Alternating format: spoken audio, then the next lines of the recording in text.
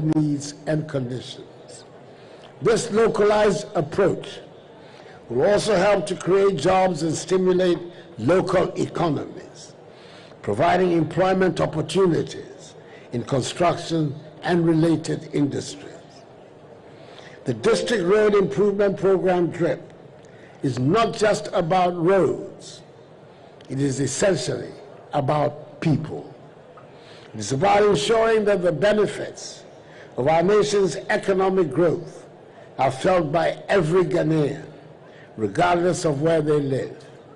It is about providing the infrastructure necessary to support sustainable development and improving the quality of life for all Ghanaians.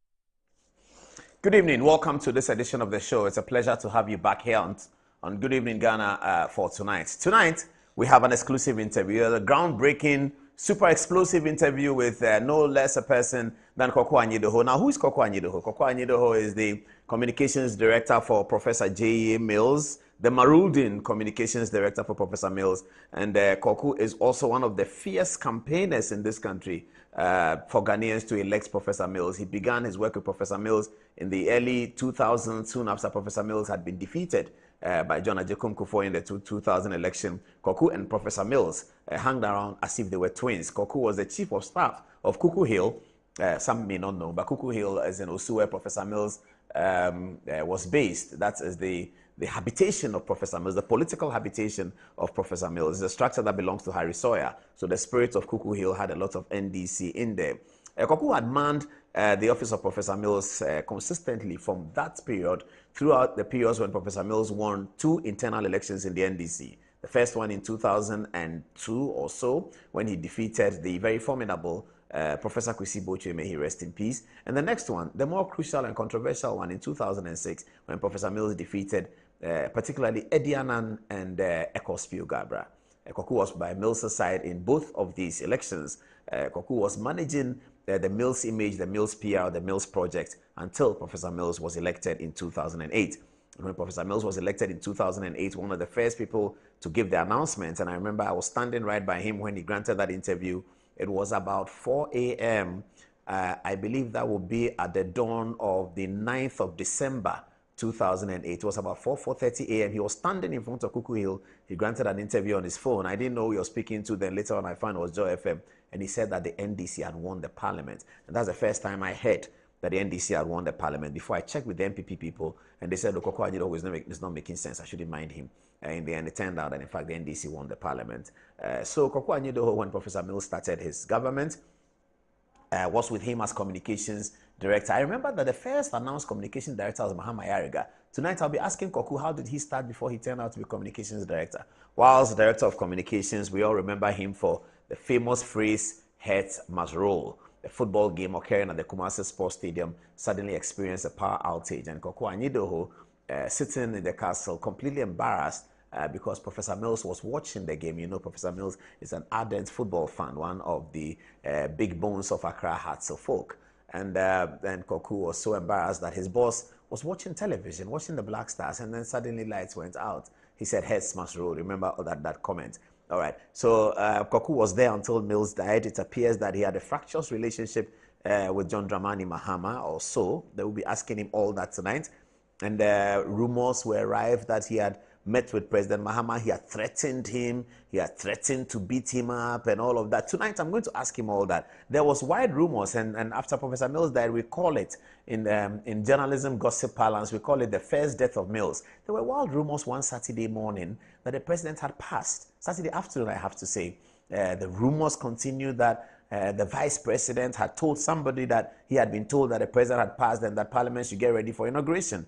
Word has it that upon this information, on Monday when work resumed, Koku Anyidoho issued threats to the then Vice President John Dramani Mahama. What else does Koku Anyidoho do? Martin Amidu continues to talk about the fact that Professor Mills conducted an investigation or asked an investigation to be conducted on the Vice President relating to Airbus. Is it true or it's not true? Who else will know? Koku Anyidoho will certainly know. Was there a difficult relationship between the office of the Vice President and the office of the President at the castle between 2009 and 2012? Who else will know? Koku Anyidoho will know. Is it true that President Mahama had tendered his resignation at least once during the era of Professor Mills, that he was frustrated by the way he was being frustrated and wanted to leave the office of Vice President? Who else will know? Koku Anyidoho will know. What was the circumstances surrounding the death of Professor Mills? Today, we are going to get into all that. We've heard so many stories. What happened? What happened to the president? Is it true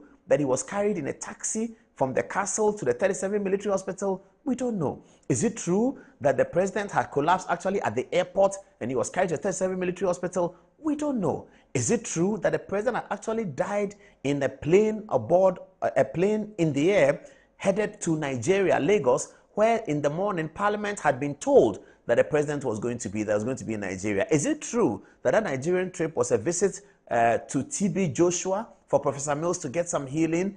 Is it true that there was nobody in the castle and somebody probably went into the castle and did something silly? And how did Professor Mills die? Who else will know? Koku Anyidoho will know. How did Koku Anyidoho's relationship with John Dramani Mahama become so obscure during the period of President Mahama's government? Koku was quiet in those days, but people who knew were telling us that there's a problem between the president and the former communications director. Did Koku Anyidoho ever occupy an office at the Flagstaff House, as it was then known, but now, of course, Jubilee House, when President Mahama, after his inauguration on 7 January 2013, moved in? Was Mr. Anyidoho given an office as director of the communications? Or is the story true that Mr. Anyidoho was left with Brigadier Nunu Mensah to be at the castle and just wallow over there? What actually happened? And then Asumdue Park. What happened to Asumdue Park? After the burial of Professor Mills in 2012, what happened to Asumdue Park? Why was Koku Anyidoho so upset about the state of Asumdue Park? And then the final question.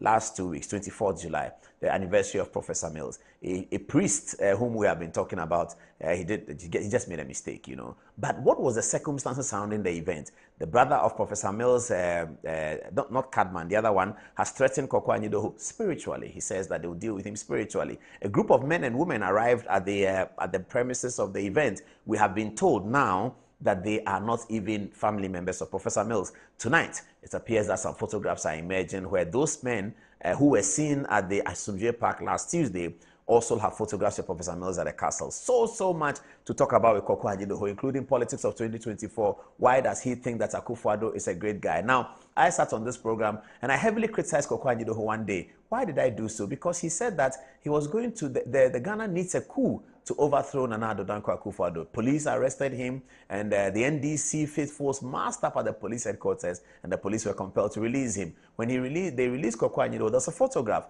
of John Dramani Mahama, Betty Modidri, so others who had gone to the CID headquarters to ask for Koku's release to them.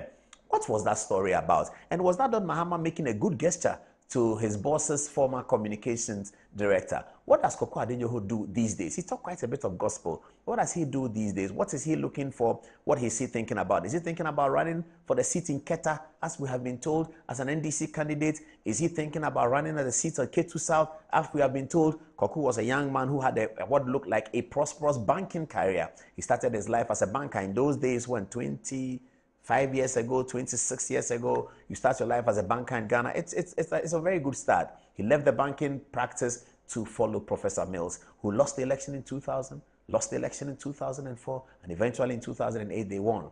And Professor Mills won the election. Friends say that when he was distributing the post, he looked at Koku's face and says, Koku, I'm not sending you anywhere. You are going to stay in the castle with me. And that's how the two men stayed together. This is a great political love story, and all of that is captured in Koku Anyidoho's book, which we will see this afternoon. So much coming up tonight on the program. But let me start with a Catholic priest. Now, today, a Catholic priest called me, and I'm not going to mention his name because he's quite well known. And after the initial conversation, he told me a story of encouragement. He said, you know what? When Jesus Christ resurrected, the authorities in Judea hired some of the police people and other people and told them that they'll be giving money to say that the body of Jesus Christ was taken by the disciples. A story that sounds true, but it was very untrue. The circumstances of the story sound true and plausible, but it was completely false. 2,000 years later, people are still believing that story. So he told me that that's how it works. People pay money to put somebody to say something that sounds true, but is completely false. So that's a Catholic priest who spoke to me about that today. So I just wanted to share that with you as we get ready for this blockbuster interview. Before then, we'll go on a touch screen and look at one or two election alerts. I promised Koku that I did that for 10 minutes, and then we get him in the studio. He's already here, and we are grateful to him. We have obeyed all his rules. You know, Koku Anyidoho is quite strict, so he wants to know, I'm coming to your studio, I'll get there at this time, We have gone through everything, and we are ready. Set match for the big agenda. What's the time now? It's 9:35. Okay, so we have put together a montage for you. The other day, Kojoyanka told me that my friend Smart had been suspended, but apparently he's finished serving the suspension. He's back in town, and he's back on the seat, and he's still wearing black spectacles early in the morning. So we picked up something that Smart said. We put a montage together. It's interesting, it's funny, but it tells a political story of dishonesty. Have a look.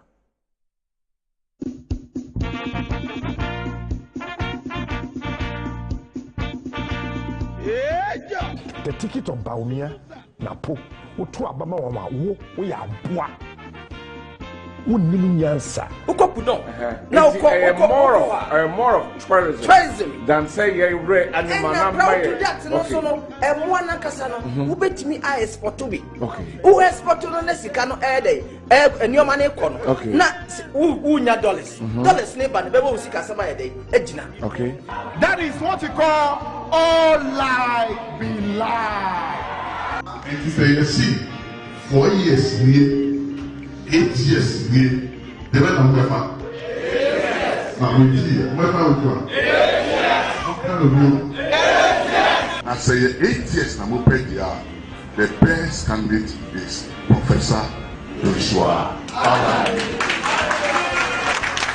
I want to repeat this statement. Now, what to Abama MPP, we are Bois.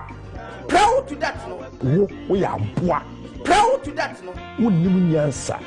What drained the film? When today you are hearing Nana Akufo-Addo and the MPP going all over the country shouting free SHS, free SHS, free SHS. That is what you call all lie be lie. Under animal farming, I will come a bit to say Pudon or China. Animal farming, wouldn't say Jatani Mwake see elephant near the gum egu farm numbi. Eti wontimi nkose wokọ akodo dodo ana se wokọ wakodua nuane wo eti wodi kai set up plantation ni bibie wie uwia ne ogya moa na gu na gya moa ne gu ma wobehia omo so a wo modi plane ebe fa biem no mas asebo emoa ne nuane ne ade. That is what you call all lie be lie. Omo ye ayi formation reform no a ye beto wo offense land ni nyina almost benya adwuma ye. Proud to that. What drain the fam? Proud to that no. Now what to Abama MPP we are bois. Proud to that no. We are bois. And if you see 4 years near 8 years near the man of Gafa. Yes. I'm here. What about you? Yes. If I'm on top of it, which one will pay? Me here. Yes. Ampa. 4 years near any 8 years near the man of Gafa. Yes. Me here. Yes. Yes. I say 8 years now we pay the best candidate is Professor Joshua.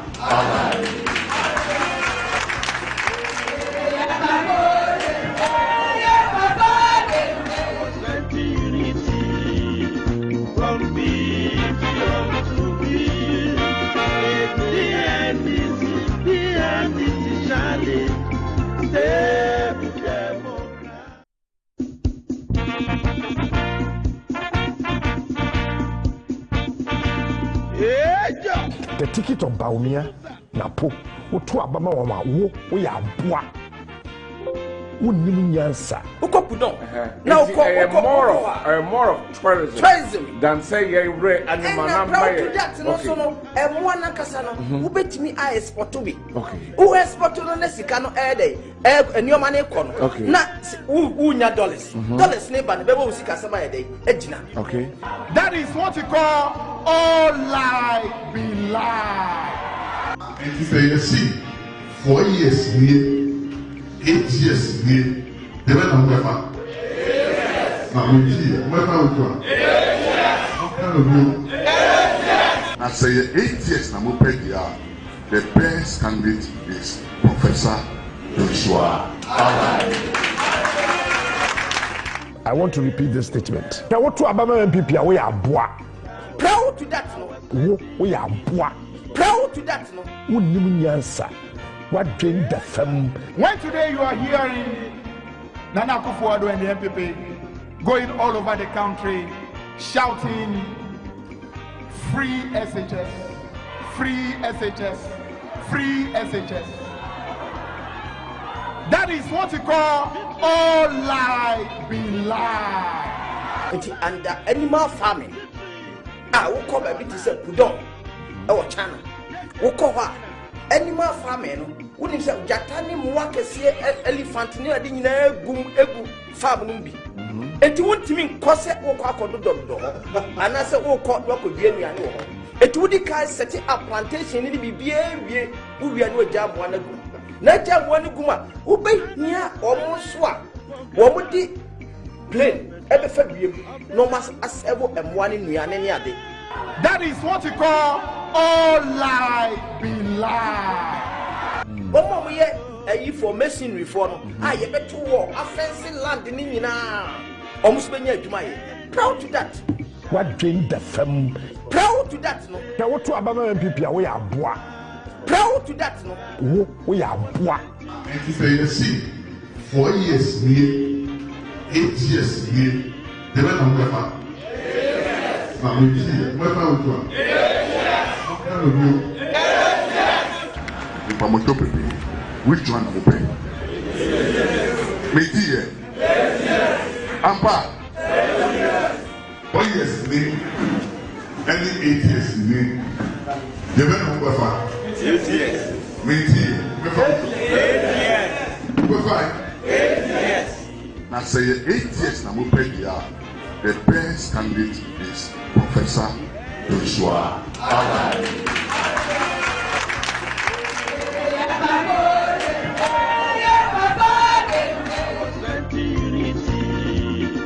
From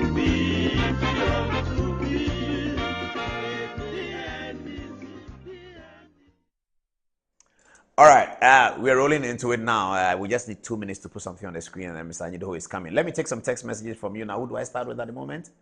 Who do I start with? Okay, Fatih, what are people saying in the first part of the show? So this is coming from Kofi, and he says, undoubtedly, the Akufo-Addo leadership has been a blessing to Ghana. To be able to chalk these monumental achievements in the face of the current global economic meltdown is indeed phenomenal. Also coming from Aaron Babak, he says the government must prioritize the construction of new roads in areas that are lacking adequate infrastructure. This includes building new highways, bridges, and connecting roads to improve connectivity between regions. By expanding the road network, the government can stimulate economic growth, improve access to healthcare and education, and promote tourism. Now coming from Samuel Ofo, says, good evening, Paul and your lovely disciples. Akufo-Addo's mysterious performances shall be remembered from all generations. Nana Dodankwa. Thank you. Lastly, coming from Nana Kwame, says, breaking the 8 is possible with Dr. Balbia.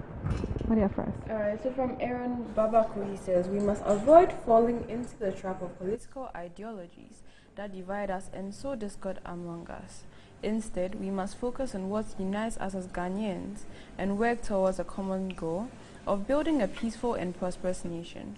By working together with a spirit of unity and purpose, we can help to build a stronger democracy that is free from corruption and unfair practices.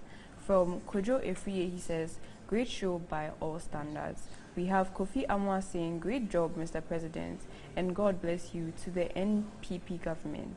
Lastly, from Nana Usu, he says, Paul, President's commissioned 320 policemen, 320 police accommodation, but you failed to talk about it last week. Okay, over to you, Antoinette. Yes, so some viewers are having anticipation towards Mr. Anyidoho's interview. Isaac Akwete says, I really want to hear Koku's perspectives on the declining electoral fortunes of the NDC under John Mahama since he took over the leadership of the same party as a party in opposition. I would also want to hear from him whether he believes Pastor Jaina Nopokwajiman has what it takes to survive the tedious campaigning ahead of the elections in December 2024. This time around, looking at her unimpressive campaigning so far. Finally, his take on the effective campaign strategy of Dr. Baumia, which has sent shockwaves through the spine of his party, which is the NDC, leaving the leadership bemused, confused, and panicking. Now, Augustine Osarodonko seems to be so surprised that Mr. Koku Anyidoho is coming on Good Evening Ghana. He says no condition is indeed permanent. Paul seems to be very accommodating, and he adds that the righteousness will always win over evil. Now, Alhaji Bob CD says, Koku seems to have been a thorn in the flesh for the NDC. The criminals will come after you because they know your worth. They pretend to love Prof. Mills but hated him. So let Koku flow tonight without any interruption. And lastly, Geraldo says, I really do not know why I like this man, which is Mr. Anyidoho. Anytime I see him, it's all memories of Prof. Mills. I'm not too sure if there is anyone else out there who is so loyal to President Mills than this man. More grace to your elbow. Lastly, Kofi Jemfi says, Paul is a remarkable and shrewd news broadcaster whose sharp intellect and insights make every broadcast compelling. His love for books and authors infuses his work with a rich literary perspective, adding depth and nuance to the stories he covers. His passion for literature and journalism is truly inspiring. Kudos, Paul, for promoting Koku's new book. Cannot wait. Over to you, Angelo. Right. We have Frederick Nyama says, Paul, please utilize the time well. Don't give your precious time. He says our precious time, of course, to those who do nothing, only insult people in their so-called studio. He said we stay awake till 11 p.m. to listen to your intellectual analysis and not people's unreasonable shades. Keep doing the good work you're doing. Great show, very educative and factual information. Be blessed and remain blessed. And to you, Frederick, I hope you do enjoy the show. We also have Adra Michael Zurasi saying, Paul is making my evening with the playback videos of the NDC. The show is simply fantastic, a show I will always make time to watch. Thank you very much, Michael. Paul, back to you if you're ready. Okay, I have some text messages too. Mr. Paul, you are the one when you are on top of the mountain, everyone down is looking up to you and they are trying to catch you. But stay on top of the mountain. I like the text you put out. Did I put out a text today? You said you are climbing to the ivory tower. I don't remember that. Anyway, okay. Thank you, viewers. All right.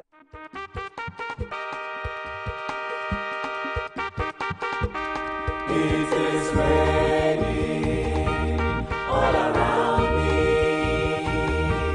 I can feel it, the latter rain. Ride on Jesus, give us more rain until we are filled and we are sold with the latter rain. It is raining all around me. I can feel it, the latter rain. Ride on Jesus, give us more rain until we are filled and we are sold with the latter rain. Ride on Jesus, give us more rain until we are filled and we are sold with the latter rain. Ride on Jesus, give us more rain until we are filled and we are sold with the latter rain. Ride on Jesus, give us more rain until we are filled and we are sold with the latter rain.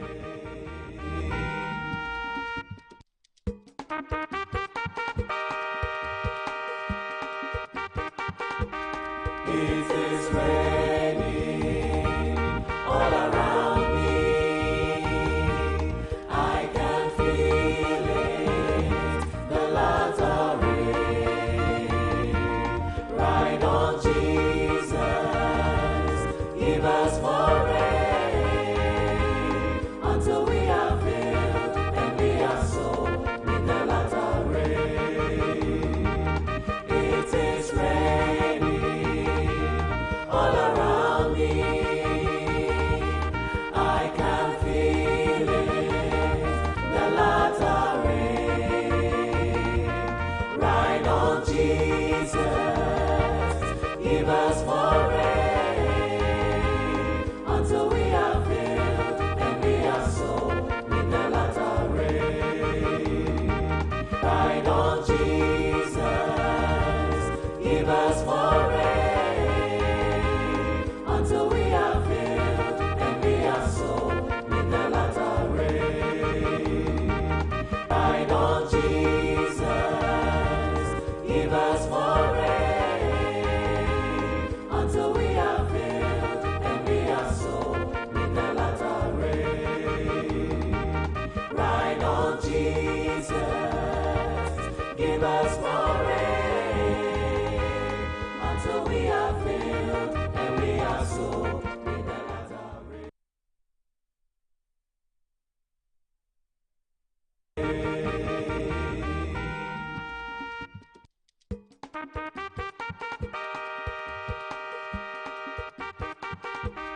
It is raining all around me.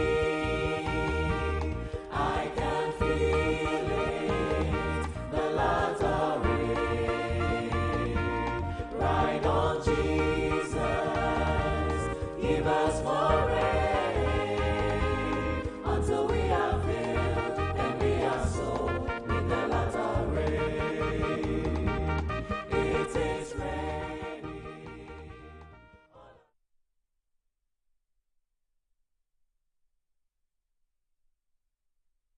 Our action is starting hot. Mr. Anyidoho has taken a seat, so yeah, we're getting on with it, isn't it? Okay, so we are on the 2016 elections. Campaign is on, isn't it? Massive campaign is going on. The two parties are running. The NDC is more confident than the MPP, or has that changed? I don't know whether that has changed. But the point is that the polls are showing MPP leading in parliament, NDC leading in the presidential. The polls are also showing that Dr. Bawumia, since he started his campaign, has galloped significantly towards President Mohammed's percentages. One of the most important polls that was reported by Ben Efson indicated that Ben Efson said the NDC had gone down 12% in the northern region and had gone down, I think, 8% in another region.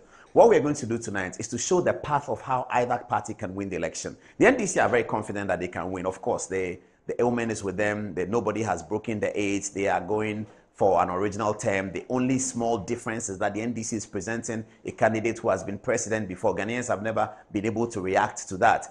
Americans have also never reacted to that. Now, I know Americans have reacted to that many years ago. Sorry about that. Okay, from the Second World War, I think it's easier, it's safer to make the analysis that way. Since the end of the Second World War, Americans have never been able to react to that. Is it Second World War? So that was Roosevelt who started. Then came Eisenhower in the 50s, and I can't remember who, but I can remember Kennedy. No, then came Nixon was somebody's vice president, and he ran. Can't remember. I think it's Eisenhower. I can't remember.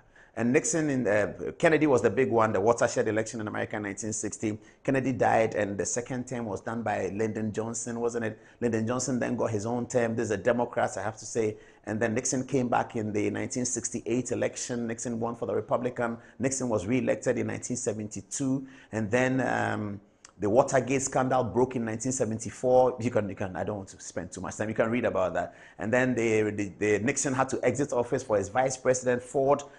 Ford was in office for the Republicans. And then the Democrats had a Congress that was won by Jimmy Carter. They said that the other one, Ted Kennedy, did not win, and Ted Kennedy is the best president Americans didn't have. That's what the Democrats say. But Jimmy Carter won it. He ran the term from 1976 to 1980. Americans appeared frustrated with the left-wing Democrats, and then Ronald Reagan came in, and Reagan and his vice president, George Bush, did 3 terms. That's what the MPP is looking for, isn't it? Reagan did 2 terms, and George Bush Sr. did 1 term in 1992, and then came the philosophical and the groundbreaking, beautiful president. Bill Clinton became president of America in 1992 at the age of 42 or so. That's what it was. And Clinton ran a double term, 2 terms successfully. Very, very good president, one that Africans truly love. Bill Clinton was the first president of America to touch soil in Ghana as a sitting president. It was a great honor for Flight Lieutenant Rawlins and his team, especially Ambassador Ekospew Gabra and others who put that document, that program together.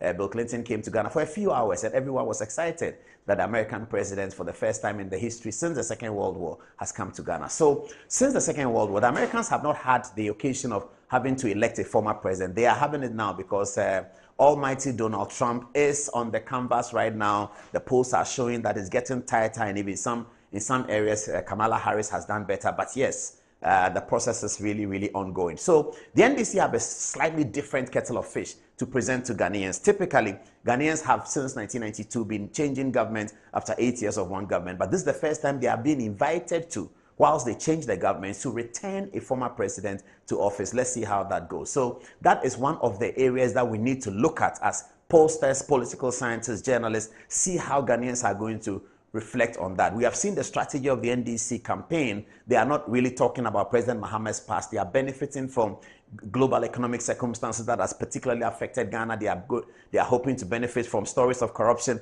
The NDC is sort of trying to play back the 2008 book. Whether that will be successful or not, I don't know. But if you ask me privately, I can look at what happened in 2008, look at what happened now, and I can tell you that whilst the macro philosophy is the same, the actors are different, and that is making a lot of difference. The principal actors of 2007, 2008, who used that formula that is being used today to implement it successfully, are completely different. It is not very nice that you can't find in the list any of the principal actors of the 2008 Professor Mills campaign. I've been telling my NDC friends that you guys need to go and pick that book. Whatever book was a Koku Hill, you need to grab it, and if you have to win this election, this is how you have to go. The only difference is that Professor Mills was a fresh candidate who was able to garner a lot of credibility, indicating a contrast between him and Rawlins, and also opening his arms to his fancy people, and generally presenting himself as a man of peace. Coming from Rawlins, it sort of somehow, it sort of really helped him. So that's what is happening right now. But the NDC people are very confident they're going to win the election. The MPP people, however, are thinking that it's a difficult election, and so they have thought of themselves as being behind. And that is why, as a government party, they have thought themselves of being behind so much that they seem to be leading on sloganeering, which is very interesting. On sloganeering, usually the opposition party will lead. Professor Mills said a better Ghana. In those days we were running the Akufo-Addo campaign, we were confused what to say. We were saying he's the best man for Ghana. And some people said that if we say the best man for Ghana, then we are following the Professor Mills campaign. The Akufo-Addo campaign of 2008 really did not get into any sloganeering until the election that the better Ghana had been run. Who created the better Ghana? Koku Anyidoho. He's here with me in the studio. Hold on, tonight is going to be a big deal. You remember that song? John Atta Mills, you are a man of God. You are the president. There is none like you. Who created that? Koku Anyidoho. He's in the studio tonight. So tonight is a lot of politics, okay? And so this is where we are. So the MPP have created it is possible. And that seems to be leading the slogan. So again, the posters are looking at it. How can you have an election 4 months to go and the opposition party is not leading on sloganeering? The government party is leading on sloganeering. In Akufo-Addo's mantra, one village, one dam, one district, one factory. Even free SHS was subdued a little bit, but one village, one dam, one village, one factory ran the campaign, led the sloganeering, smashed out the John Mahama government by a whopping 1 million votes. It's when Charlotte Osei was declaring the results. On that day, I felt very sad for the NDC people because everybody was in the strong room when Charlotte Osei announced that she was going to declare the results. And somebody from the NDC says, Madam, how can you declare the results? He said, why can I not do it? He said, you have 26 constituencies undeclared. Charlotte Osei paused, looked at everybody and said, it wouldn't matter. And some of the NDC people bowed down their heads. I was right there. It's featuring in the book. Charlotte Osei came out and said, I'm ready to declare the results. They said, you can't declare the results. He said, why? He said, but you have 26 constituencies left. She paused and she said, it wouldn't matter. That was something. That was something. People started hugging each other. Kedofriata jumped on somebody. Gabriel Chidako hugged somebody. They were shouting, we have made it. Because the Electoral Commissioner said, 26 constituencies left. She said, it will not matter. That's a heavy one. So, that's where we are, and we're going to look at a few things. We'll start today, look at a few things to see where are the issues, where are the votes going to come from for each person. So the MPP are expecting that in this election, the NDC has 2 strongholds. But looking at the figures, really, I don't know whether they can really winning a region by 100,000. Is that a stronghold? I don't know. But the northern region has always typically been an MPP stronghold. Who won the northern region for the MPP? It was Flight Lieutenant Rawlings. Well, Kwame Nkrumah had it back in the day, but even in Nkrumah, he used to share significantly with the UP. But Rawlings gathered it, and then in 2002, when the Yana thing occurred, the whole Professor Mills' peaceful image, coupled or contrasted with the events that eliminated the Yana in violence, and it was thought that the party in power had orchestrated, and therefore they were the violent party as far as Northerners were concerned. Professor Mills was a peaceful man. And so people were interested in him. I have to give credit to Elvis Efriye Ankra, who ran a certain mantra in the North in those campaigns. He will mount the stage, and there will be a lot of Northerners there, and he will say that we want peace, but there has to be justice before peace. And the people were screaming, and everybody remembered the event of the Yana. So that process gave the NDC significant polling votes in the northern 3 northern regions. But it appeared that has begun to dwindle down a little bit from 2016, from 2008. We won't go that far. Let's start from 2016. This is 2016 election results of the northern region. NDC polled 569,853, and MPP have 429,000. This is a presidential election, a difference of 140 in 2016. Now, this is the election that the MPP won heavily. This is the election the MPP won heavily. But so see what happened. This is election that was a referendum against John Mahama. But see what happens in the 3 northern regions. John Mahama still wins with 140,000 votes. Let's move to 2020's 3 northern regions. As you know, in 2020, the northern region had been divided by the new regional arrangement, but we can still put it together in 3 northern regions. So there you go. The NDC is now winning by 119. If you compare that to 140, then the NDC came down a little bit. So in 2020, there was an improved performance by the NDC across the country. We have to notice that the NDC had an improved performance across the country. But if you come to the northern region, you will see that the northern region 2020 actually had the NPP improving. And that is interesting. This was an election in 2020 where the NPP was losing ground significantly across the country. So their 1 million lead from 2016 whittled down to 500,000. So, but in the northern region, the NPP was improving in 2020. In the year when the MPP was not doing well, they were improving. In the year when the MPP did not have a northern person on the ballot, they still had Nana Akufo-Addo. They were improving. So we will look at what is likely to happen in the north, so that the MPP are hoping that the NDC has the northern region. If they can split the northern region with them, then the NDC doesn't have a stronghold anymore in the northern region, and then they will be left with one major stronghold, which is the Volta region. The MPP will talk of themselves as keeping Ashanti as a stronghold, keeping Eastern as a stronghold. Greater Accra will be a battleground. So the northern region is important. From what Dr. Bawumia has done there over the last few years, last few months, and I understand that he's going to the Eastern region, Bawumia's campaign in the north was very, very successful. It was extremely successful. And so their expectations are high, and they are shouting it is possible everywhere in the northern region that this time the MPP will take the lead in the northern region in the presidential ballot, the same way as they have already done in the parliamentary ballots, where they lead by 16-15 against the NDC, which had the north for a long time. So that's where. Let's look at the big one again, Ashanti region. In Ashanti region in 2020, which was the difficult year for the MPP, and Ashanti region, we talk about the difference. That's where the issue really is. It is significant and humongous. The difference in votes in terms of between MPP and NDC, with MPP in the advantage, is 1,142,675. That's the significant difference. And that's 2020, when the MPP were not doing that well across the country, when their votes was coming down. They moved actually from 75% of the 76% of the votes in Ashanti to about 72%, something like that. In those circumstances, the difference in 2020 was 1,142,000. So that is why the MPP is hoping to consolidate Ashanti. That is what is behind the selection of Matthew Poku Prempeh Napo to be the presidential running mate, because then he comes from the navel of the Ashanti people. He's from Menchia, and he's doing the nook and crannies. He's not just doing that, he's also connecting the chiefs across the country. If you look at it, he's been to the Western North chiefs, been to the Gan chiefs, and trying to mobilize the cultural votes from the position of chieftaincy. How will that go? We don't know. He has to finish so that we can write about it and analyze it. But I'm just sharing with you how this campaign is going. And we'll talk about how John Mohammed's campaign is going. So the vice presidential running mate of MPP is hoping, as he has published, that he's going to get 83% of the Ashanti votes. I don't know whether he's going to get that. That's a significant amount of votes that Napo is ambitiously looking for in Ashanti region. Well, if he's able to get even 77% of the votes in Ashanti, that will put the MPP in very, very good stead to win the election. What am I saying? This election is still quite very wide open, and anything really can happen. MPP can win, NDC can win. But in the last 6 months ago, it looked like NDC was going to. 1 year ago, it looks like NDC was going to win.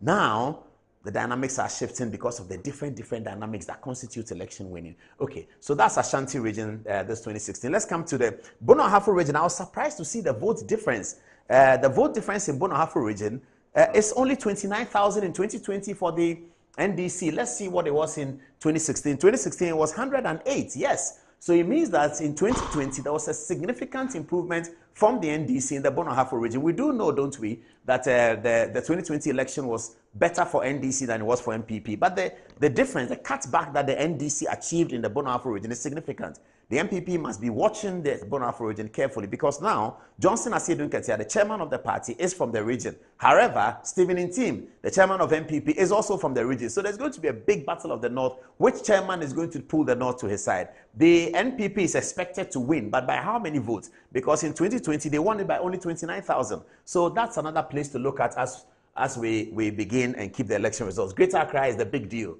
That's where we are all concerned about. But the thing about Greater Accra is that this is MPP's 2016 Greater Accra. Let's look at 2020. 2020, NDC won it. MPP won it in 2016, and they won it with 116,000. So when the MPP was winning Greater Accra, they won it with a difference of 116,000, 2016.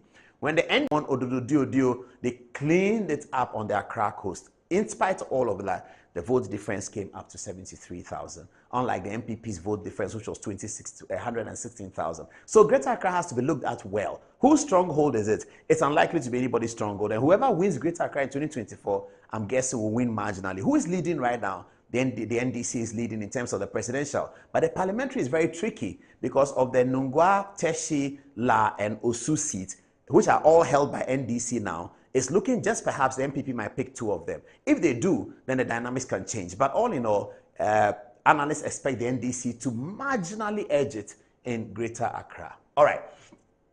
Central region is another big battleground. President Mahama was there yesterday sharing his running mates' ambitions with the chiefs of the Central region. And this is the Central region 2016. Let's do that. 2020 is more important. I didn't get the difference though.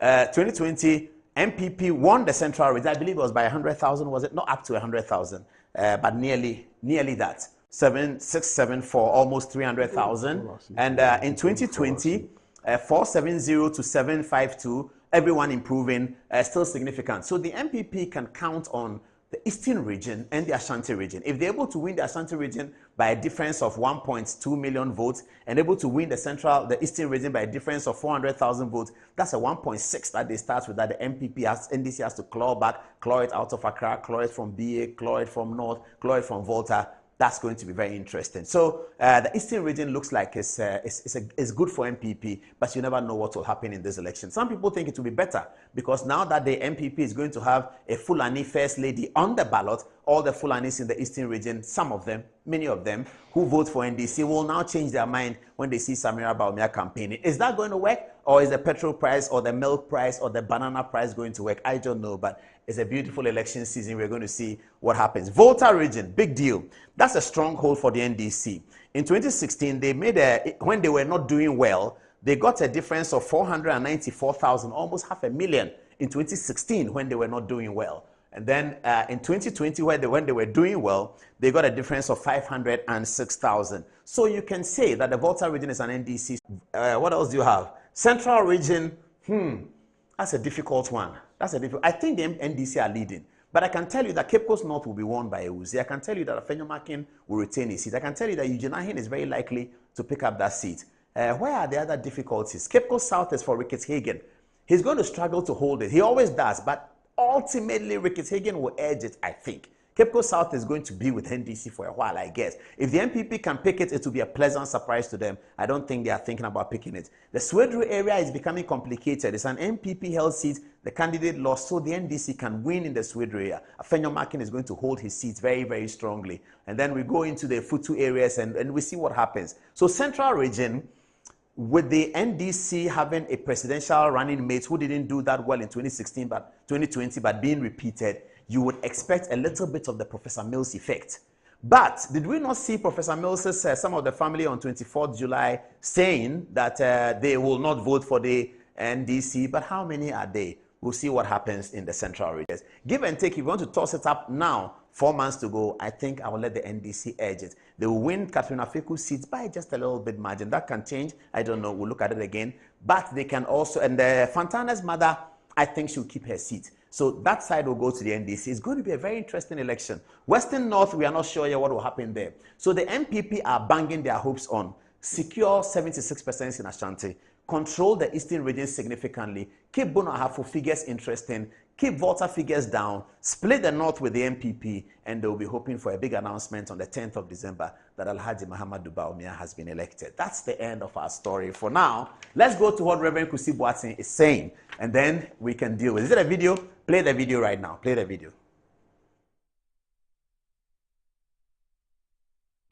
The people that they say are my party members, NPP people, if they don't take care, they will lose almost 7 to 10 seats.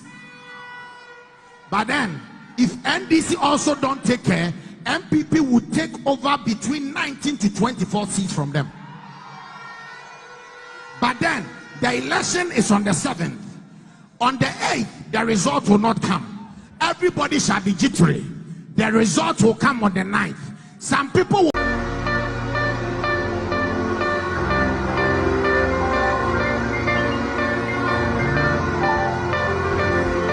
The people that they say...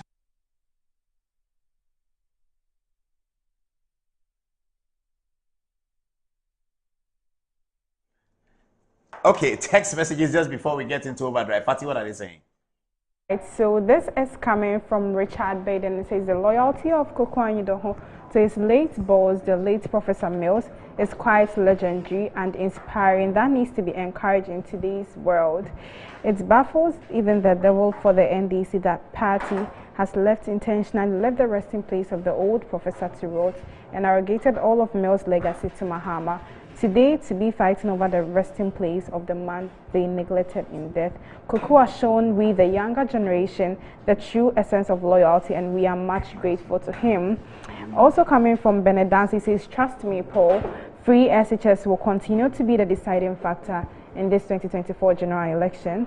And then lastly, coming from Mani Kaba, he says, the best president in the history of Ghana is Nana Addo Dankwa Akufo-Addo. What do you have for us? From Francis Boahin, he says, Paul, trust me, the NDC is going to learn from your free commentary, educate, develop a strong history, a strong interest in history and political science. You are simple, a true reflection of journalism. Now, Angelo. Right, we've got Richmond from Standard Chartered saying, I just love Koku the bull. He says, El Toro Fuerte. You've also got this message saying, hi Paul, watching from Winneba. Please, your team should come to a Futu for the constituency watch this year. Kudos. We also have Ernest in Kansas says, Paul, please ask our Uncle Koku what really happened to his former boss, the late President Mills. May he rest in eternal glory. Paul, back to you. All right. Thank you very much. Your cameras are all over, so just flow. Okay. Koku Anyidoho, good evening. Good evening, Paul. We have stopped fighting. You are my best friend. We stopped fighting. But Koku, let me ask you. We all grew up in Burma camp. We all wanted to be army officers. We all wanted to go to military academy. When did you enter politics? How did you enter politics? Well, good evening, Paul. And we never were fighting. We had, issues, differences. It happens. It happens. We are all Burma camp, so it's okay. And so thanks for that. How is General Anyidoho though? Excellent. How old is he these days? Well, he turned 84. Oh, like Kufo, about the same age? Kufo is a shade. I think Kufo is about 87. Oh, 87, no, 85, I think. Yeah, so Papa turned 84 on 13 July. Oh, I see. Just this 13 July. He's in Accra? He's in Accra. He's between Accra and Tanyigbe. Oh, I see. He still drives. He's strong. Oh, I see. He can drive. Still drives. Is he still fearful? So people don't know we grew up in Burma camp. Yeah, we did. Of course, we're all Burma camp. Labadi Villas, Burma Villas. Yes. Kotoka Primary Garrison Primary. Were you Kotoka? I was in Kotoka. Oh, I see. Where do you think I was? I thought services, because near your house. So Mausa and Timo were in services. Yeah, Mausa and Timo were certainly in services. But myself, Koshi, Fonzi, we did Kotoka. Mausa's husband is turning 50 in 2 weeks or so. I reckon so. Yeah. For Kotoka, we started Kotoka. My group. Kotoka Primary? Yeah. 70 what? 74. Oh, I see. My batch started the KG. Oh. Yep. Also, Kotoka was newer than Garrison and the rest. Yeah, it was newer. Yeah. Oh, I see. Oh, yeah. So I see. it was newer than in the green shirt. In the green shirt. Anyway. So when did you and how did you enter politics? Well, so thanks to you and the opportunity and your viewers. The politics, I'm sure I was born with it. Good question. I'm happy, except that you didn't get a certain song right, the lyrics right. So I noticed. Please tell us. I'll start with the lyrics of that song. Then it's important. It is Jonathan Mills. He is a man of peace. Yeah. He is the obvious choice. There is none like him. Arthur Mills. He is the best choice.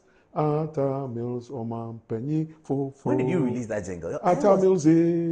Now, Lenny Akpadi had just swung in. This is how many months to vote in? Oh, this must have been 6 months. Yeah, because this song really shook the system. So yeah, Lenny Akpadi had swung in All Other Gods. Yes. And he was topping the charts. Yeah. And I knew Lenny Akpadi, and so I got him and his manager at the time, Jerry Modi. And so I wrote the lyrics myself. The one you are just Yeah. These are my words. To use their tune. To use their tune. And I needed their permission. So I did the lyrics, I wrote the lyrics myself. And then we went to a studio at Odoko. Hey. There's a guy called Roro. I see. I think the music guys know him. Yeah, Roro. His studio. And so myself, I was there with Lenny and Jerry Modi. And these lyrics that I wrote, I was in the studio myself. And there's even a rap version of it. It was my voice. Whose voice was it? That was my voice. The song was your voice? Yeah. Are you serious? No, Lenny's voice was used for the song, yes. By the lyrics. But in it, there was some other voice that was my voice. a little bit of rap, but that didn't come out. Yeah. So, Paul, so that's what I did in the build-up to the. And I remember But when. How did you enter politics? And I remember when candidate Mahama was being outdoored as running mate at the National Theatre. It was also our idea and our the baby. rebrand. Yeah, I remember that was good too. I With mean, Alex Segbefia. And I had brought in the Dansuma Youth Choir, giving them the T-shirts. And when they released this song, that day, I mean... In the auditorium. Oh, man. And we spilled over into... I remember. That was even the children's park. Yeah. So back to the question and back to the answer. Straight to the point. Talking about Kotoka Primary School and Bama Camp. So I believe that my entry into politics started May 15th. Oh, you saw May 15th? Of course, I saw May 15th, June 4th, 1979. So little boys, young boys, 8 years thereabout, Kotoka Primary School. When parents started coming to pick their children from school. At an odd time. You started seeing parents come pick their children, and there was activity. And this is the heart of Bema Camp. Yeah, of course. Sitting in the center. Exactly. And you are beginning to... Helicopters? The shelling. Oh, you could hear it. The helis hadn't started moving yet. So you could now hear the shelling from Reki. Correct. Boom, boom, boom. And then our headmistress, Miss Patricia Tamaklo, Madam, we called her, may her soul rest in peace. She really shaped us. We were even lucky, but May 15th, then June 4th, which was the real deal.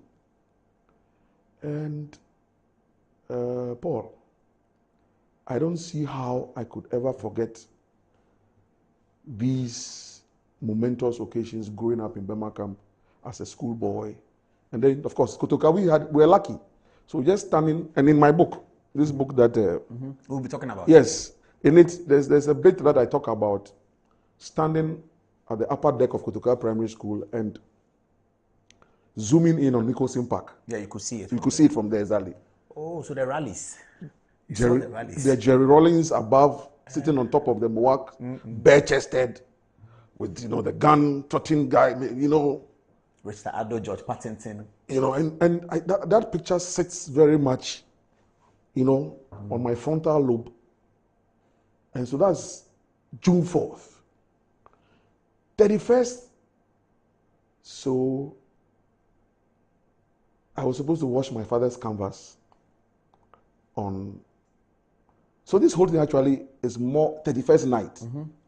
So 31st, I was supposed to clean my father's canvas so that he could wake up and go for a morning walk, which was his ritual. On New Year's Day? He would have done it. Okay. Oh, yeah.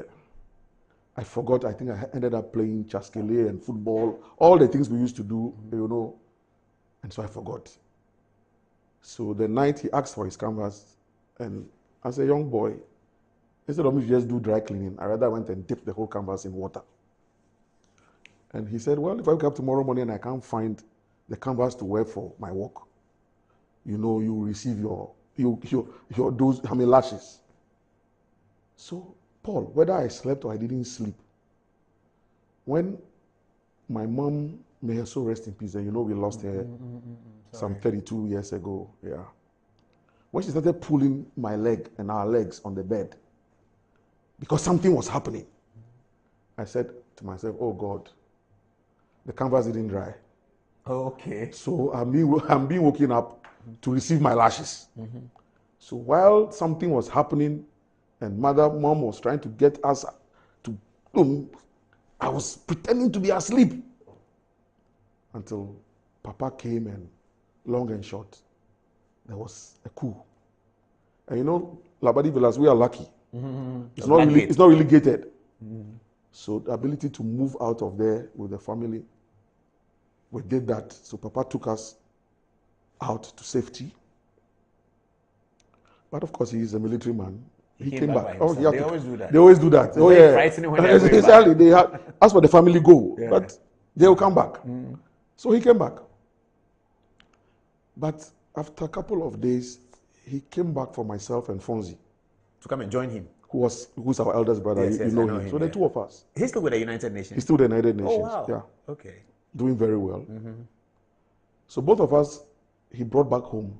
And the whole idea was that should anything happen to him, he wanted at least his 2 sons to see it, the eldest at the time, to see what happened and to be able to tell the story. Now, Paul, it was in those moments, then they said majors and above should report at Elwak. That whole drama, your father is gone and it's just us at home. And one morning I opened, Labadi Villas, we had the story building, opened the louver blades. And there was one major that I know, I'm not going to mention his name.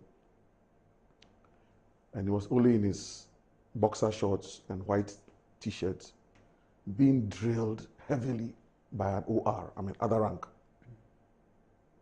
And I just watched, because I knew him, knew his children. They were in Kotuka Primary with us. The spectacle of what I saw that day. And I'm like, what? So, what could be causing all this? Obviously, something had gone wrong within a certain system. The other ranks, of course. This is June 4th. Oh. The 31st. No, the 31st had come. Okay, yeah. okay. But all that was happening within the barracks. And you are hearing of other ranks, targeting certain officers. And we know a lot of friends, fathers who went and never came back. Some of us were lucky our fathers came back. And for me, that was my entry into politics. At age what? 12? 13? No. This is age 8. 8? Yeah, because I was born in 71. You thought you needed to be part of those who can make the system better, so there's no such coup. So if there was a reason why these actions took place, May 15th, June 4th, 31st, and I observe it, and I tell people, how many people in the NDC today, even in leadership, saw what I saw? Not John Mahama, not Asiedu Nketia. Mahama is older than you. Yes, but they were not in Burma camp. They didn't see what I saw. Well, they say that we who were in Burma camp, we brag too much about We don't brag too much. Because they say those who were in Kanda too felt the GBC action. Exactly. It depends on where you are. Okay, so you think Kanda people too felt they felt it. They felt it, okay. Because we always argue in secondary school. Yes. I was in Kanda, you know what I saw? They too, they felt, yeah. And the Kanda people, exactly. The Kanda people always argue that they saw the GBC people. Yes, those who are around GBC. Yes. Yeah. It's true. So what they saw, they can speak to. What we also saw, we can speak to. It's serious. And so I keep telling people that even John Dramani Mama didn't see what I saw. Asiedu Nketia didn't see what I saw. None of them today saw what I saw. And so my political orientation is personal to me. Very personal. I didn't apply to join. I didn't have any godfather who held my hand into it. Oh, I see. No. Your father didn't? No. My father is a general, celebrated general. He's not politics. He's not into politics. But he was well respected. And it was thought that Rawlings really respected him. Oh, certainly. So if you were an Anyidoho, NDC are very happy to have you. Yeah. Oh, certainly. Yeah. But I'm saying that, so my political orientation, Paul, is personal to me. What I saw, what I lived through, seeing some of our friends, their fathers fall, families got dislocated, and the other things that happened. I walk a certain political path and journey, and I do it with passion. I won't claim piety, but with a high level of remembrance. And so my whole political journey is not to walk in political immorality. Political immorality? Yeah, and political perfidy, where the whole attempt is to keep the majority in the dark, and a few people can gloat in contrived and fake glory, and when they have, then they throw out at the people, and they think that is politics. No. Mine is to continue to walk a certain path that will throw light in the dark areas so that we don't get back to those days. Because there's those things that happen were momentous, they were earth moving. And so my affiliation to Rawlings is personal, As a young boy, I liked the action. And one thing I also remember, that the heart he had, during those heady days, still standing on top of Kotoka Primary School, and it's in the book, I saw Rawlings carrying the casket of one of his fallen colleagues. Must have been one Major Collison. Oh, the Recce man. The Recce man, exactly. Yeah. So Collison was not meant, he was not a target. No, it wasn't. But the bullet hit him, dying in battle. And for Rawlings to carry the casket, and we stood up there, and we saw, so from the traffic light in front of Kotoka, Gaffey, Kingsway. Well, they were going to Bema Hall. Exactly, to go and pay last respects. This was this young flight lieutenant, in spite of all the was ready to carry the casket of a fallen colleague. I will never forget that. So, throughout that 11-year period of PNDC and the KEDA movement and whatever was going on, the PDC, the WDC, we had our own versions of it. And that is how I walked into this thing called politics. Fast forward, then in Legon, as a young graduate, 1990, 91, 92, go and ask my colleagues, we also fought another battle for the re-establishment of democratic governance.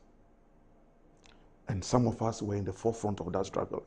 I remember one of our very dangerous aluters.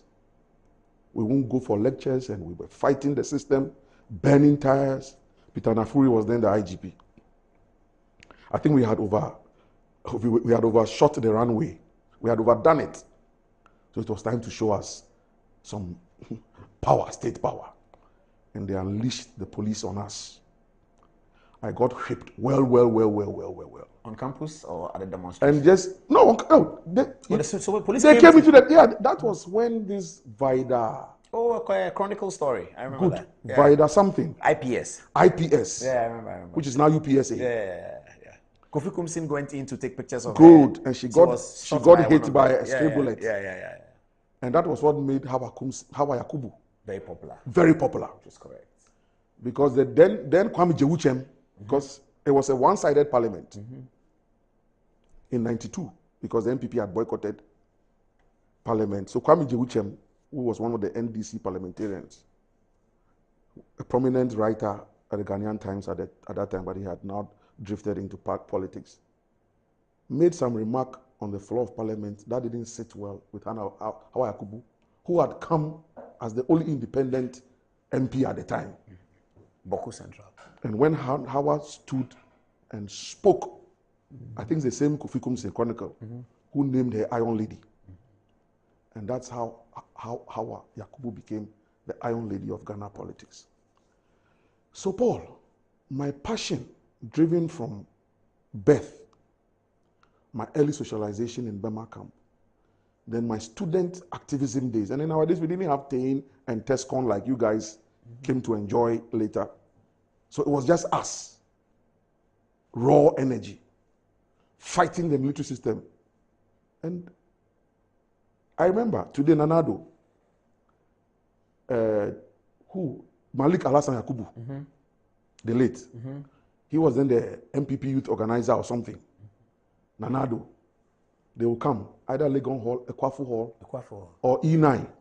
Oh, top of the... We came to hear the E9 story. On top of the bookshop. Yeah, we came to hear that. We used to meet there and take decisions. We were mobilizing students. And we were leading it. And we'll get some lecturers who will call you in the middle of the night. Charlie, Koku, take it easy. Koku, don't do this. You people, be careful of this military regime. But hey, Paul, one has to brave it out one way or the other. The first major demo into town, I mooted the idea. It was a meeting at Legon Hall, dining hall. If you ask YB, Yabuabin and Co, Yabuabin was a year behind us. But at that gathering, at that meeting, I said, why are we sitting on campus and making noise? Let's go into town with the action. That is where people will feel our strength. We mobilized, and because we knew the police was watching us, We didn't go with buses that time. We just used other routes before they realized we're in the CBD. Because if we had gone with buses, they'll stop you. They will stop us.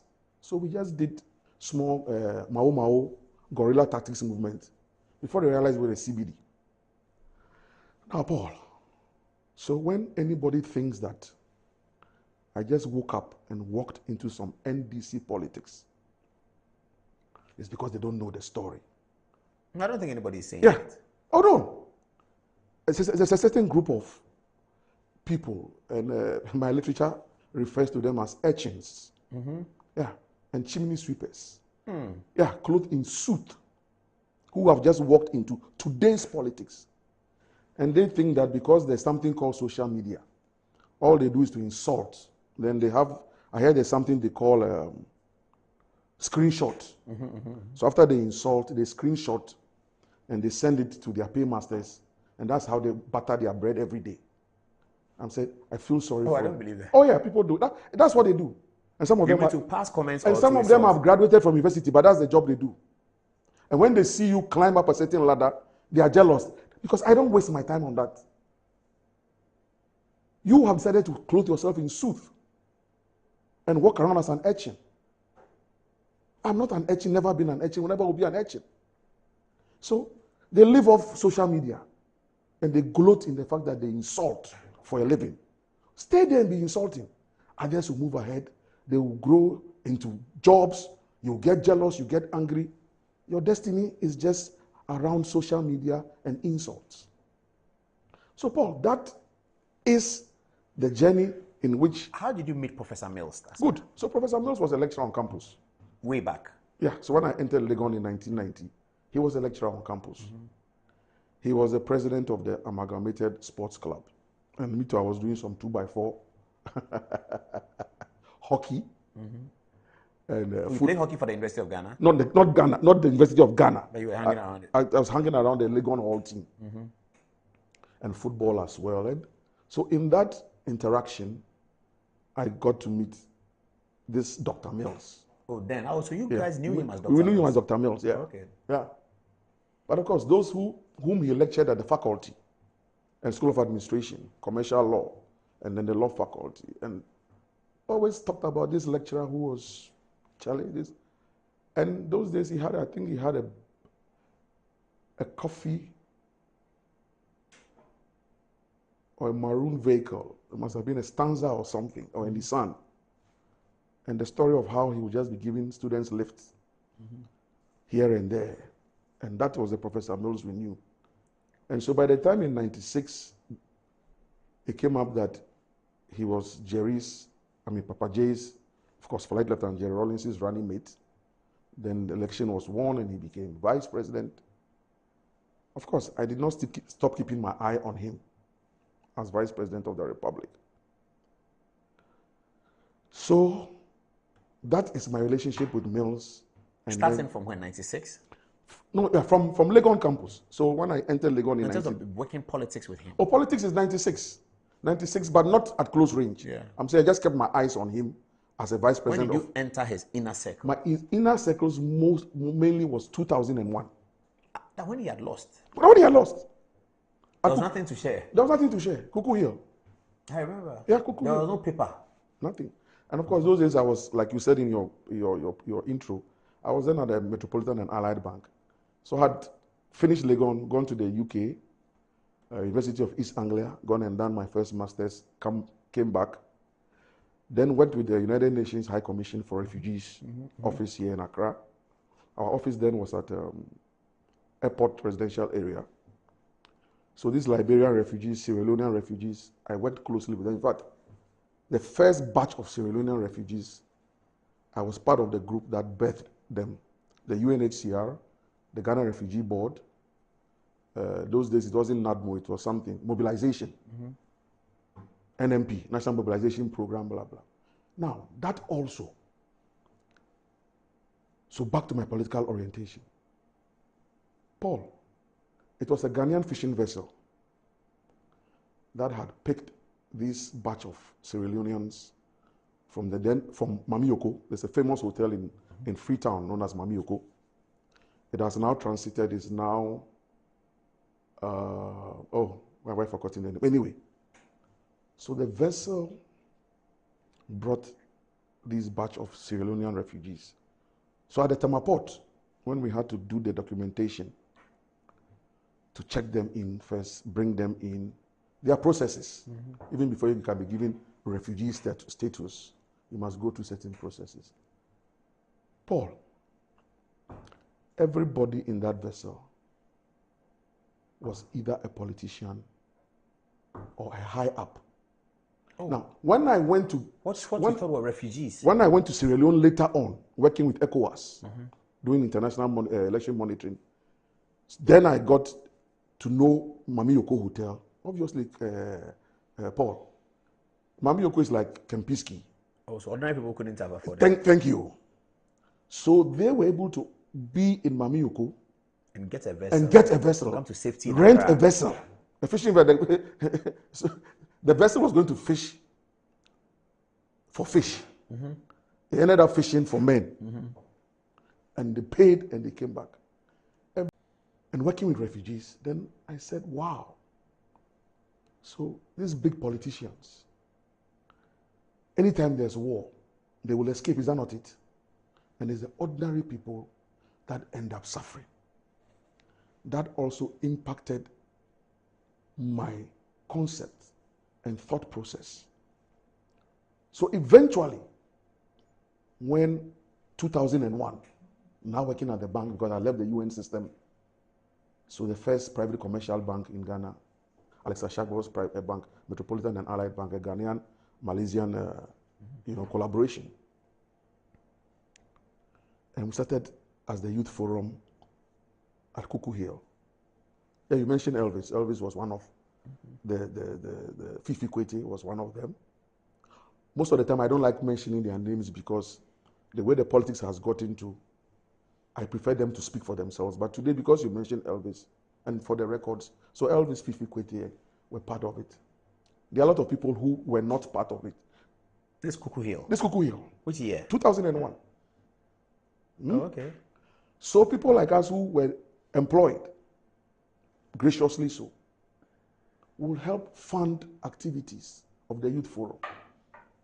Press conferences here and there. Setting up a newspaper. Funding the newspaper to work purposely. Your own money? Yeah. As young men? Young men. Now, that's when I cut my teeth in writing. I've always been good at writing. My English is good, my literature is good, graciously so. So when President Kufuor now started the proceed on leave, yeah, and government officials should leave government bungalows, harassing ex-NDC officials.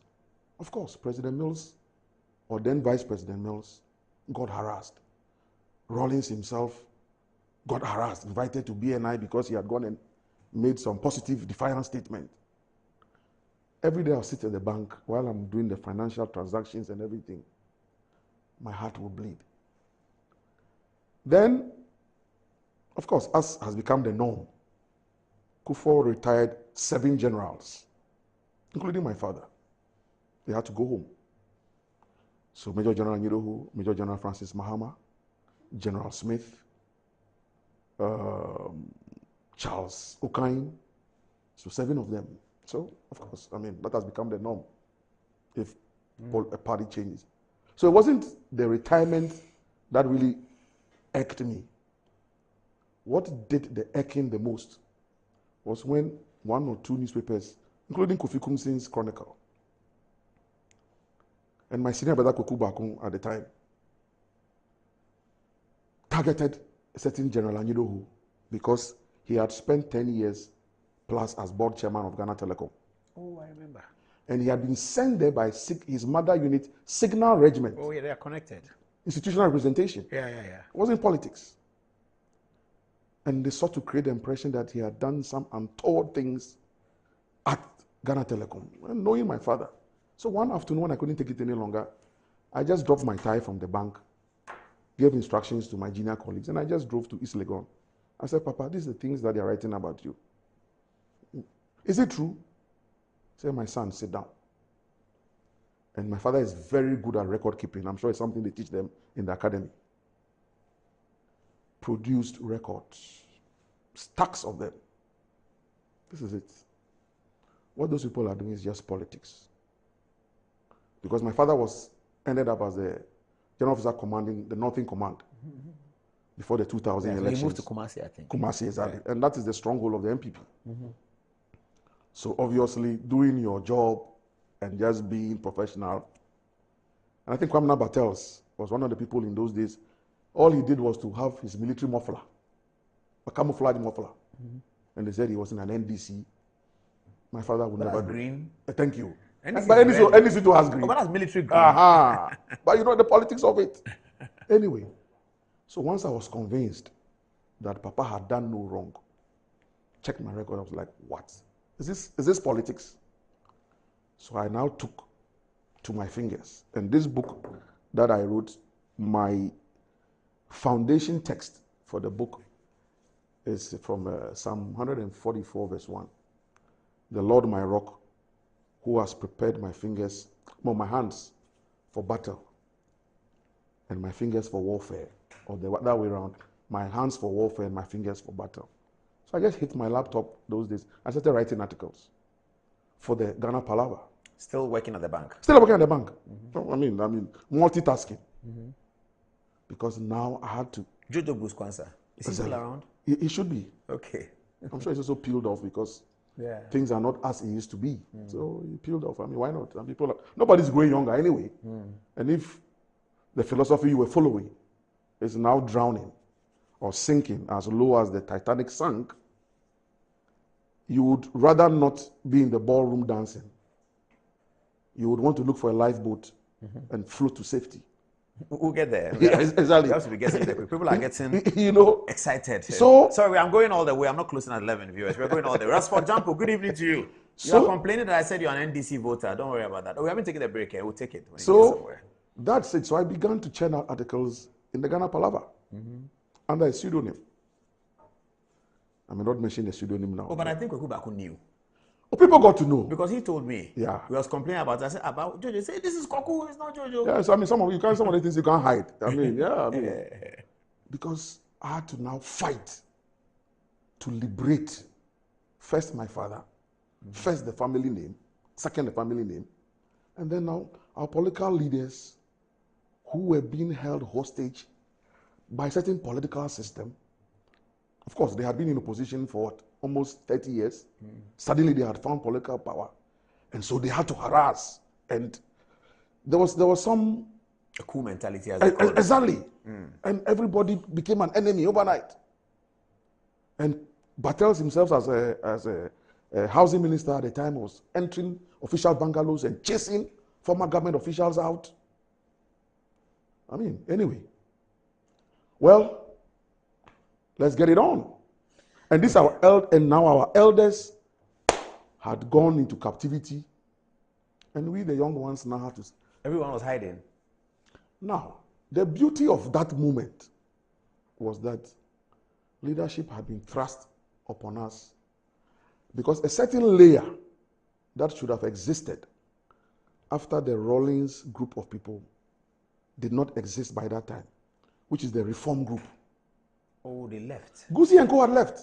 Oh, I've never heard this analysis before. This is very interesting. Guzi. So they would have taken up the mantle in 2001. Guzi, Chitre, Peter Podugbe, Mijay Bano, that group, they had left. Very effective people. Very effective people. But they had formed the Reform Party. Oh, that's interesting. So Professor Mills had to go below. So leadership fell on us at that time. Those who had just finished university 5 years ago, 10 years ago. Exactly. We had no option. Elvis, Idrisu Haruna, I think. Baba Jamal. Good. I keep mentioning John Adams. People like... Who's John Adams?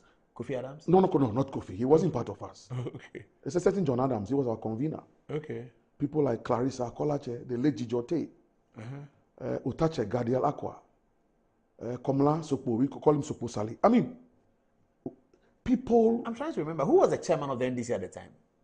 It remained Isukwali and... exactly, until we went to Congress in 2002. 202, before it was changed. Before it was changed. And then... But they were tired by that time. Then been chairman since 92. Yeah, then Obed became the first Yeah. single chairman. Yeah, Right? yeah, It was a yeah. co-chairmanship. Yeah. But that's how leadership fell on us. And so those of us who were working and had income, we had to support activities. Around Professor Mills. He had then now gone, around Koku Hill, paying telephone bills. And that was the beginning of the era of serial calling. And there was this culture at the time, back pass. What's that? Yeah, so one person calls, he finishes, or she, then I pass on to you. So one line is blocked. So you also talk? For 10 people to talk. Because when you are trying to call, it will be difficult. It's difficult. So back pass. It was a culture for serial calling at the time until that one also stopped. But Paul, all in all, this is the trajectory, the foundation, the history. So one didn't find himself. So it is through my writing. And because I was fighting a mega war for the NDC. There was nobody in those days who did it. Of course, unless you were not politically astute, you had to buy the palaver and read the Cassius Clay column. So now I've even given the name out. I remember. Yeah, because that is it. The battles had to be fought. People reading? What? Those days? That's as recently as 2001, we're reading. People were reading because we didn't have the internet. It's the internet that is spoiling us. Yeah. But people were buying the paper to read. In fact, Cabral was the chairman for my book launch. Those days, Chronicle, only one edition in Legon. We had to queue to buy. It came out once a week. So Cabral was a columnist. Kofi Crimson himself was writing Politicus. P.A.V. Ansah was there. The guru himself was there. In bits and pieces, Odikajepo wrote something. Koku Sechiado wrote. Yeah. Correct. So it was a storehouse. Chronicle was powerful. Oh my goodness. Powerful.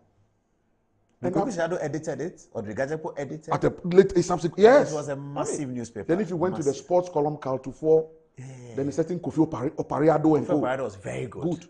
This was the Chronicle. So from cover to cover, it was massive. We read it. It was massive. And that was our political literature. It was. And the days that P.A.V. Ansah would decide to go to town because he felt that, and to use his phrase, that some people had desecrated the mangrove of his ancestors. Ransford Jampo from Pabio Street, I hope you are still listening. They are mentioning P.A.V. Ansah here. That the mangrove of his ancestors had been desecrated, obviously, by the J.J. Rawlings administration. So he was going to go to town. And so it means that day... But the language was good. I mean, it was rich. So rich. No insults. Sarcasm was huge. So, Paul, when you have gone through a certain process, and so then by 2004, the system now acknowledges you. Left, right, center. I remember the late Leo Cranberry, so rest in peace. He said he used to wake up at dawn to read the palaver. And he would go to the bathroom and just be reading. Because he needed some space where he could laugh. Now, these are battles that one fought single-handedly to be able to hold the NDC together. It was a battle. Everyone thought NDC would collapse. After the election, and we are still, and people don't realize that the battle doesn't end till the day you die. So we are still in battle. So 2004, Professor Mills lost the election. So 2004, now I became a member of the Koku Hill Communications Media whatever team, and Rojo, my senior colleague, chaired it. He was our leader at the time. But of course, because of my bank work, you have to, be stealing time, blah, blah, blah. Oh, you were still working? I was still working at the bank. Okay. So it was 2005 that President Mills now picks a phone. And those days I had now started the Masters in Communication program at Legon, MASCOM. Out of about 1,000+ applicants, through various rigorous processes, only 25 of us made it to the class. Egbert was there? No, Egbert was not. I think we finished before him. Okay. That's if he went, we finished before him. But yeah, the gentleman who reviewed my book, Dr. Kwame Akufu Anof Into, was in the class. The Honorable Zuera Ibrahima, NDC's current MP for Salaga South. And a few of us, 25 of us, bonded, knitted well as a family. So, Paul, one got some grounding in communications theories. We didn't just walk into communications. We got some good grounding in communications theories from that PV and SAR communication school. In that period, so now actively everybody knows who is writing those articles. Subsequently, there were then other pseudonyms and for other purposes, and we'll not mention them for now. But obviously, Adepa, as we say in Chi, Adepa Neton home. So within that wholesale family of a certain youth forum, the stars began to shine. Yeah, stars began to shine. The gems began to pop up. And humbly so, I was one of the stars, one of the gems. And so when President Mills picked the phone and called me one morning and said, Koku, I've been reading you, I've been observing you. I know your father. I knew him as vice president because we worked closely. But prior to that, if you don't know, I played hockey with your father. And I remember my father was a very good hockey player as a young officer. He stopped playing because I think one day in the D, the hockey stick whacked him and his teeth and everything. But he was a good hockey player. So President Musa Kokwa, he was playing hockey with your father as a young lecturer. And your father was playing for the armed forces. We used to play way, way back. So even before I became vice president and met him in the line of national duty, we used to play hockey together. Like, wow. So I know you come from a good home. I've studied you, I've read you, I've researched you. Can you work for me? It was a Monday morning, Paul. I had finished my morning devotion. I still remember where I was kneeling after I'd prayed. And my fiancée at the time was sitting at the head of the bed. And the call came and I picked them. So the conversation, yes, sir, I will. Okay, I'll resign. Yes, I'll resign. By the end of the week, I would have resigned. Top the bank? Yes. Then, Koku, I don't have money to pay you. That's what Prof said. I said, but sir, then why did you call me? I don't believe you called me because of monetary consideration. You called me because you thought that there was something I could bring to bear on your campaign. So forget about the money aspect. God will provide. That was my answer. But sir, all I need from you is to commit to me, and I'll commit to you. Be truthful and be honest to me.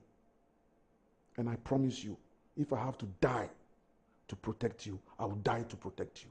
That was the covenant between myself and Professor Mills. That's a deep one. Within days, I had resigned. In fact, when I finished, then So this was Monday morning? Monday morning. By Friday, I had resigned. But were you expecting the call by any chance? Good question. Prior to that, I hope I'm not the Pudong. Is it the Pudong guy who's talking prior to that? It's not. Oh my goodness. We needed some humor here. So before that. But I'm using it in a good context. He was just using it. It was just complete malapropaganda. He was talking about the zoo and the but prior to that. Anyway. Okay. So prior to that, talk about language. He had said to me that he was going to contest again to become flag bearer of the for 08. So this is 2005, but he's going to contest in 06. For the 08. For the 08. This is the 06 that was becoming very difficult. Exactly. Ediana was coming, Spio Gabra was coming. Exactly, and then Alhaji Muhammad Risu. Yeah, Alhaji was there, yeah. So 3. It was becoming complicated. So Koku, I want a very small team. Very thin, lean. But I need a strong Voltarian. Because the NDC belongs to the Volta region. Can you help me find somebody from the Volta region? Wow, why me? So good question. And I have one or two people who can corroborate. That you were expecting the call? No, that he had this discussion with me. Okay. that I need a strong Voltairean, somebody of stature, quality, but fairly young, not the old stock. So, can you find somebody? I said, sir, I will. But for me, I'm like, who am I going to look for? So when he called that morning and said that, Koku, it's you that I want to work for me. Oh, I see. Also, he had said that he is finding the Voltairean who is young. And so I should help him find the person. Ah. Not knowing he was sowing a certain seed. He wasn't telling me direct. But after I delayed a few days and I couldn't get him the person, it's God. Meticulous. And he creates people you call burden bearers. He creates the destiny connectors. He creates the destiny helpers. But everything that happens through your destiny, it is purposed. Because scripture says, he knew you before you were formed, and he sanctified you before you were born. Good. So let's go back to the story. So that morning when he called, then I accepted the call. When I finished the conversation, so that my fiancée at the time was like, who are you talking to? I said, Professor Mills. What is this about? You resign and blah, blah, blah. So I briefed her. And you didn't tell me. I said, well, mercy, I've decided. She never said anything again and just supported me every step of the way. Fast forward, when President Mills also now narrated to me a certain aspect of his political journey and how he agreed to be running mate for President Rawlings without necessarily informing Mrs. Mills at the time, I said, wow, so many things connect us. It's passion. It's driven by passion and a strong commitment to conscience that will allow you to take such decisions. And so, Paul, that's how we began this covenant journey of working together. So I resigned, back to Kofi Kumsin. So after I resigned, then Alute Jacobs called me at the time. So this must be 2006 thereabout. That Kofi Kumsin is his friend, and so they met and they went talking. And Kofi Kumsin said he had heard that I had resigned from the bank to go and work for President Mills, candidate Mills. This sick man who's not going to win any election. And so he didn't believe that I had done it out of a good heart, nor altruism. Bank matters. I must have chopped some bank money. You ran away. And I'm running away. And that Kofi said he was going to dig me. So Alute was calling me as a concerned senior comrade. Is there anything? Is there anything? Something there, yeah. If there's something, Kofi is going to go. I said, let him go. He will find nothing. And so Kofi went up to today. How many years? Several, 30, 25. Found nothing. So when recently, this social media thing, and I only heard about 2 days ago, that some of these urchins and chimney sweepers who are now in politics for just short-term gain wrote on some social media handle and page that I left this whole thing about bank. I left because I had committed some fraud. And I said, the view, you don't even know what you're talking about. So Paul, this is how one has walked a certain path of integrity and loyalty to the then candidate. So 2006, this same Kofi Kumsin. So when you took the office, what was your role? So my role, well defined, Koku. I want you to come and manage my communications for me. Now, in your preamble, you said something about, what do you call it? Mahama Yariga. Yes. Good. Beginning there. So the three of us, and you and who? Myself, Ayariga, and this guy called Nilante Vanderboy.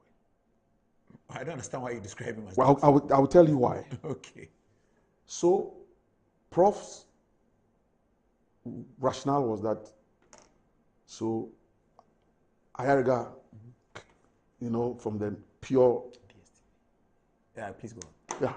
So Ayariga was going to take care of a certain geographical area Nilante, a certain geographical area, and then of course Koku Anyidoho also, the Volta, and a certain geographical area. Just the three of us were around Prof. But Ayariga, of course, had to now shift and shuffle between being around Prof and also focusing on his Boku Central seat. So he will be around, why not? But then he will move away again. So for me, I was communications director, basically managing the whole communications, PR, speech writing, image management, media engagement, and all that. Nilante was for operations, which also had its own turf. I will not discount the turf. That's how the three of us around this candidate moved around the country and marketed him to become flag bearer in 2006. Now, 2006 at N Block, Legon, that's where we had the contest. The night before, what we did to turn the thing around. Were you losing? We're not losing, no. Why were you turning? But we had to, when I said to turn the thing around, okay, for want of a better way, to turn it around more effectively. We didn't sleep. By morning time, the whole N Block, mills. Those days, Hanabisu was one of the spokespersons for Ediana. That was the first time I encountered her. And she tried to throw some tantrums that we had overbranded the place too much with mills. But if you decide to sleep, because elections are won on the night of election. Those parties. I mean, that's when all the encomiums take place. So if you decided to sleep and you thought you were going to win, Master, we possessed the territory. And that's what we did. Finished and won by some 84. It was heavy. Heavy victory. Heavy. And this was 22nd, 23rd of December 2006. Those days, a few people were not pro-mills. Most of us who were the pro-mills people. So we did it for him. So he beat Spilgabra, he beat Edianan, and beat Alhaji Muhammad Rizvi. Okay, let's fast forward. So 2009, Mills is now sworn in as president. What was your role? But let me just say this quick. It's very important. Yeah. After that Congress, 25th December, I almost died. Why? I woke up in the morning and Professor Wuno asked me to come to his North Hacho residence to come and brief him about the Congress because he didn't come. And this is a party godfather. Senior person. So 25th, it was a Sunday, Christmas Day. I was then living in Dansuma. And I drove to the place, sat with him. By 7 a.m. I was there. I was leaving around 9:30, 10. I was feeling funny. My throat began to dry up. Hamatan, Christmas Hamatan. Those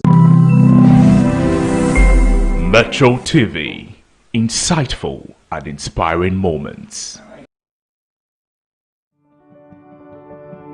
Has Christianity always been one of the religions in the world to you? Oh, hallelujah. Praise God. Christianity is not a religion, neither is it a journey.